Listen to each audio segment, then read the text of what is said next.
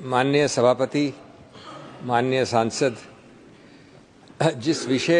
जिस बिल के विषय में मैं बोलने जा रहा हूं, उसमें सुधार कम है, संशय ज्यादा है, न्याय कम है, पक्षपात ज्यादा है। संविधान ने जो दिया, यह बिल वह छीनने की कोशिश कर रहा है। इसमें संशोधन कम, साजिश ज्यादा कहनी चाहिए। जब कानून बराबरी का न हो तो वह सत्ता की चालाकी बन जाता है। यह कानून नहीं, कानूनी भाषा में लिपटी हुई मनमानी है। माननीय सभापति, मेरे सीमित समय में मैं कुछ बिंदुओं पर आपका ध्यान आकर्षित करना चाहता हूं। पहला ये कि यह बिल 100% हमारे संविधान के अनुच्छेद 26, 25 और 26 और विशेष रूप से 26 का उल्लंघन करता है। मुझे सौभाग्य और मौका मिला था वकील की हैसियत से सबरीमाला, संथारा, दाऊदी बोहरा ऐसे कई धार्मिक समुदायों के कई मुद्दों के विषय में बहस करने का। दो सिद्धांत उन अनेक निर्णयों से स्पष्ट हैं और वो सिद्धांत 1950 से बारंबार उच्चतम न्यायालय ने घोषित किए हैं और ये सिद्धांत धर्म तटस्थ हैं, रिलीजन न्यूट्रल है। एक है कि अगर किसी भी प्रथा, किसी भी धर्म, मजहब या संप्रदाय की कोई भी रीति रिवाज या कोई प्रथा उसका एक अभिन्न अंग बन जाता है, इतिहास में ले लीजिए, संस्कृति में ले लीजिए, किताबों में ले लीजिए, तो उसको अनुच्छेद 25 और 26 का पूरा व्यापक संवैधानिक सुरक्षा चक्र मिलता है। और दूसरा कि यदि ऐसे धर्म, समुदाय या संप्रदाय को अपनी संस्थाओं को स्वचालित करने का अधिकार क्षेत्र बड़े पैमाने में, बड़ी मात्रा में किसी कानून द्वारा घटाया गया तो वह कानून खुद असंवैधानिक करार किया जाएगा। ये इन दो धाराओं, अनुच्छेदों की बड़ी सीधा सबक है। इसके अगणित उच्चतम न्यायालय के उदाहरण हैं। हमारे दशक जो 53-54 के हैं, तब शिरूर मत, रतिलाल गांधी जैसे मशहूर केस थे। अगले दशक 60s में दरगाह कमेटी, तिलकायत गोविंदलाल महाराज जैसे मशहूर केस थे। और इनके दो उदाहरण देना चाहता हूं मैं कोट करके। रतिलाल में उच्चतम न्यायालय ने कहा, quote, a law which takes away the right of administration all together from the religious denomination and vests it in any other or secular authority would amount to violation of the right which is guaranteed under Article 26 of the Constitution, unquote. Tilkayat Govind Lal ji Maharaj का जो दूसरा निर्णय था, उसमें बड़ा लंबा passage है, मैं पूरा तो नहीं करूंगा कोट, लेकिन उस पर कहा है एक जगह, Article 26 brings out the competence of the legislature to make a law in regard to the administration of the property belonging to a religious denomination. So far so good. अगला वाक्य है, the denomination's right must however not be extinguished or destroyed or diminished under the guise of regulating the administration of the property by the denomination. तो अब जरा माननीय सभापति, इन संस्थापित जो 75 वर्ष के संवैधानिक सिद्धांत हैं, उनको इस कानून के संदर्भ में लागू करके देखते हैं किस कसौटी पे निकलते हैं। और इसमें मेरे को दूसरा बिंदु आता है। Sir, I spoke yesterday mostly in English. आज रियायत है कि हिंदी में ज्यादा बोलना है, लेकिन बोलूंगा। Doctor Singhvi, but I hope the translator is working well. यह मेरा दूसरा बिंदु है। बिल के क्लॉज 11 के अंतर्गत 100% मेंबरान, और मुझे बड़ा हास्यास्पद लगा, माननीय नड्डा जी कह रहे थे कुछ और अभी, क्लॉज 11 के अंतर्गत 100% मेंबरान प्रादेशिक वक्फ बोर्ड के ऐसे व्यक्ति होंगे जिनको प्रदेश सरकार नियुक्त नॉमिनेट करेगी। स्वायत्ता, ऑटोनॉमी, अधिकार क्षेत्र कहां बचा? एक इस्लामिक मुस्लिम ऑर्गेनाइजेशन का 100% नुमाइंदे नॉमिनेटेड और 0% चुनावित। क्या अधिकार क्षेत्र बचा इस धर्म और समुदाय को अपने वर्गों को चुनावित करने का?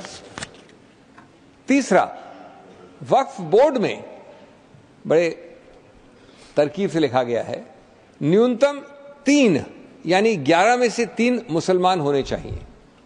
इसको अगर विपरीत भाषा में पढ़ा जाए तो 8 गैर मुसलमान 11 में से आप नियुक्त कर सकते हैं। लिखा तो खैर विपरीत भाषा में है। अनुच्छेद 26 का कौन सा स्वायत्त, मैं पूछना चाहता हूं, का हक अपने समुदाय के साथ छोड़ा गया है? और दूसरा जो एक बॉडी है, संस्था है वक्फ काउंसिल, वहां गनीमत है 22 में से कम 12 मुसलमान होने चाहिए। चौथा बिंदु, अनुच्छेद 25 और 26 में अपने धर्म के लोगों को अपनी संस्थाएं खुद चलाने का हक दिया गया है। इस बिल में क्लॉज 14 द्वारा वक्फ बोर्ड के अध्यक्ष के विरुद्ध कोई मेंबरान अविश्वास मत नहीं ला सकता। उसको हटाने की अविश्वास मत द्वारा प्रक्रिया नहीं की जा सकती। क्या गणतांत्रिक प्रक्रिया छोड़ी है सरकार ने इस बिल में? क्या स्वायत्तता बची है? बचा है तो सिर्फ सरकारी नियंत्रण।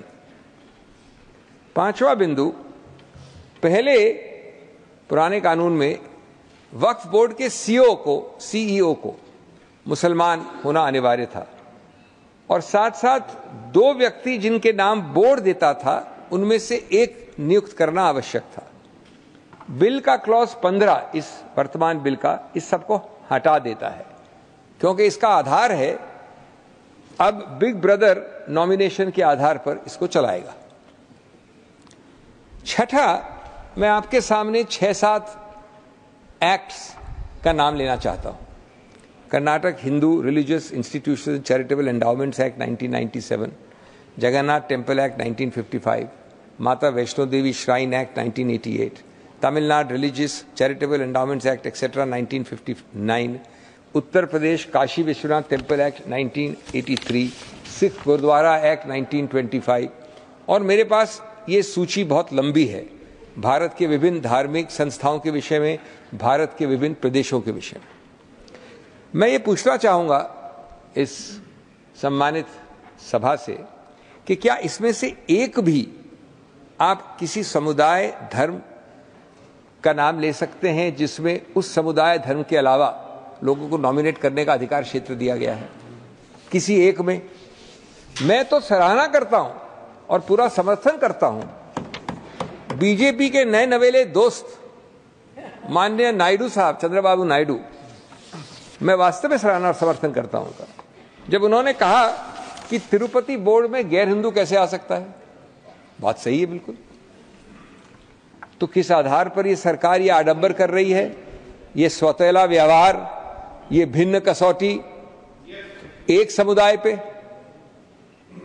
इसका मतलब ये नहीं है कि आप दूसरे समुदायों पे भी यह प्रहार करें।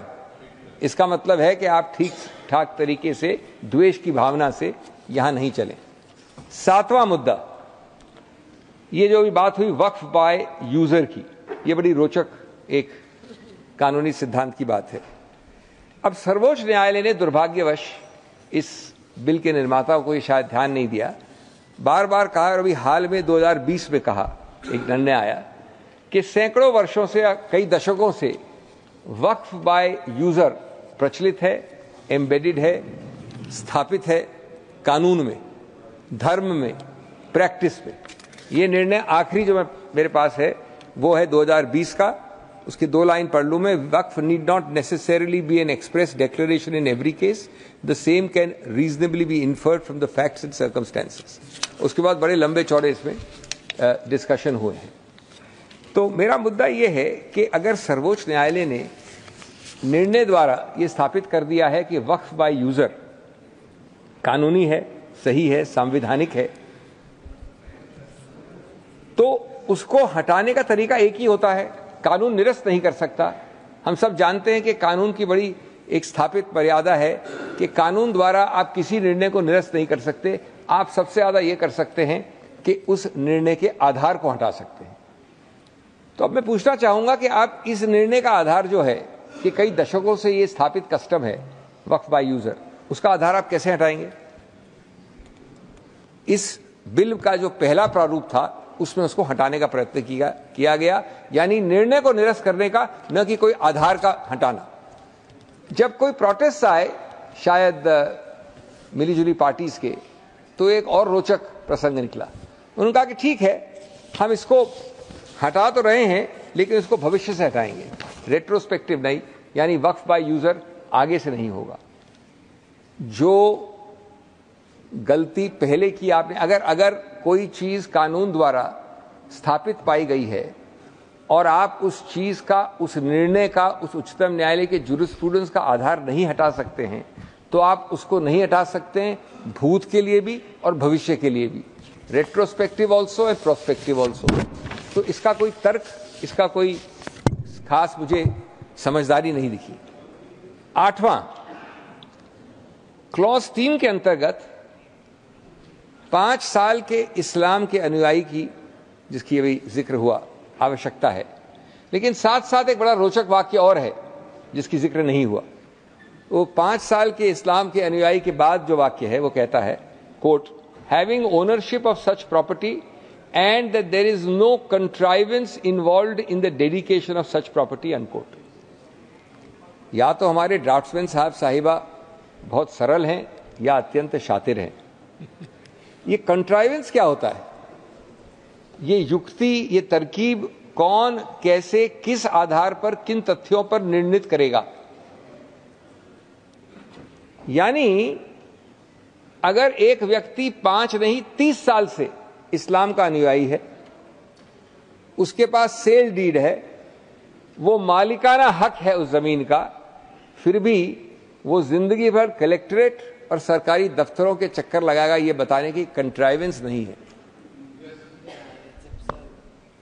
और इसीलिए वो हमारे शासकों के नियंत्रण में रहेगा। मिट्टी मेरी, मकान मेरा, इबादत मेरी, निशान मेरा, फिर भी कहते हैं सबूत दें कि हक है तेरा। Ninth, and my final point for the day, I'll finish within time. The bill has proposed to delete one section of the old Act which did not apply the Limitation Act to the Waqf Act. There was a specific provision, 107, which said Limitation Act, जो कई कानूनों पर apply करता है, पुराने वक्फ act पे लागू नहीं होगा. It will not apply. In other words, this new bill says that the Limitation Act will apply to the Waqf Act. Now, this at first blush may seem to be a positive measure, but on deeper reflection, it is actually designed in favor of persons, and those persons include many government entities, who have actually been illegally occupying Waqf property for many, many years.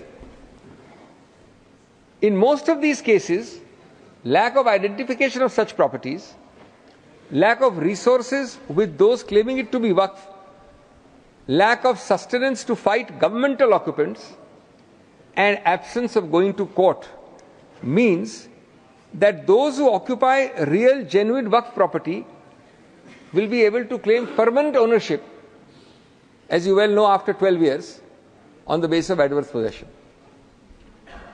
So limitation will kick in after 12 years, because this Act says limitation shall apply to Waqf, and the claim of the Waqf that this is genuine Waqf property will be time barred.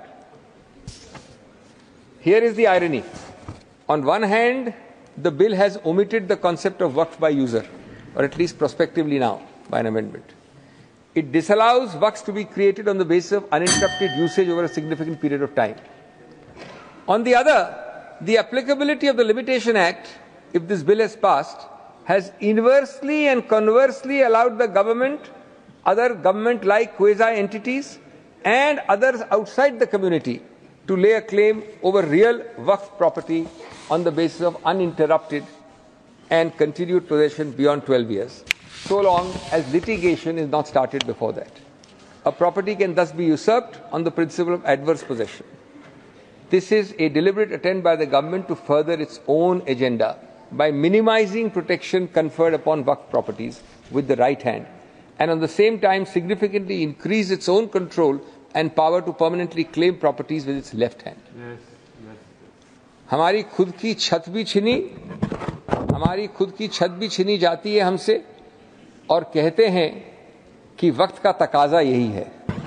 Limitation act deals with वक्त, apart from वक्फ. जिस जगह सजदों के निशान थे, आज वहां दस्तावेज मांगे जा रहे हैं. माननीय सभापति, अंत में ये कहूंगा कि इसमें कई और बिंदु हैं जिनके लिए समय नहीं मेरे को बात करने का, लेकिन अगर इस पर पुनर्विचार नहीं किया जाएगा, अगर इसको ईगो के आधार पर पारित किया जाएगा, तो मुझे कोई संदेह नहीं है कि अगले कुछ वर्षों में इसको असंवैधानिक करार दिया जाएगा. धन्यवाद.